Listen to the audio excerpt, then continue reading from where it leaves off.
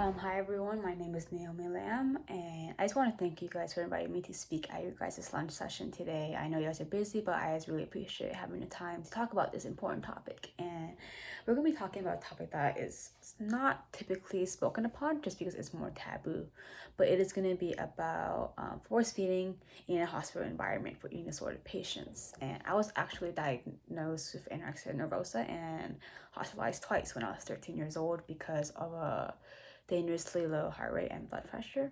And I was lucky that I was never force fed through a tube. I was just, because I was compliant, so I just ate what they told me to eat. But I did see some peers who were force fed with a tube because they were non-compliant. And this begs the question of, is it ethical for a doctor to order someone to be force fed? Like, is that taking away their free will?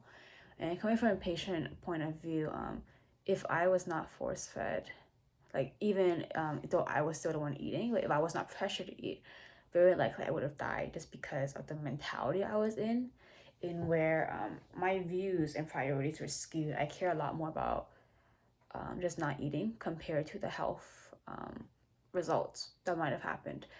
And in that case, I think that it is neglectful for a doctor to know exactly what will happen to a patient and just let that happen, especially if death is involved. And a patient at that point, their free will is not important in my point of view because their free will ultimately lead them to death.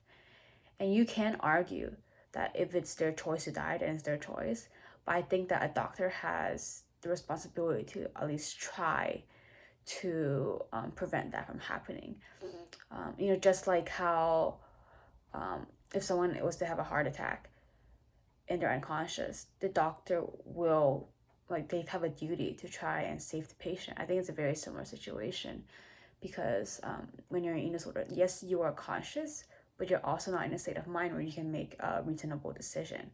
And I think that's where it's important for someone who is in a reasonable state of mind and is educated about what an eating disorder can do to someone to make those decisions for that patient because it is ultimately for the good.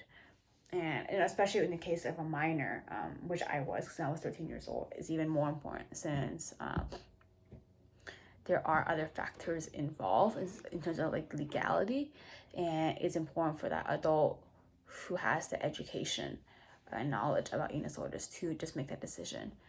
And I know this is a very controversial topic, and my take on it may not follow a lot of people's, but I do think that coming from someone who has had an eating disorder and was hospitalized for it, that it is ethical for a doctor to force feed their patient if they see it necessary.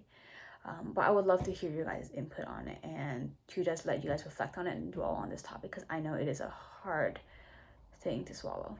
But I just want to thank you again for letting me speak today at your guys' lunch meeting, and I hope you guys have a good rest of your day.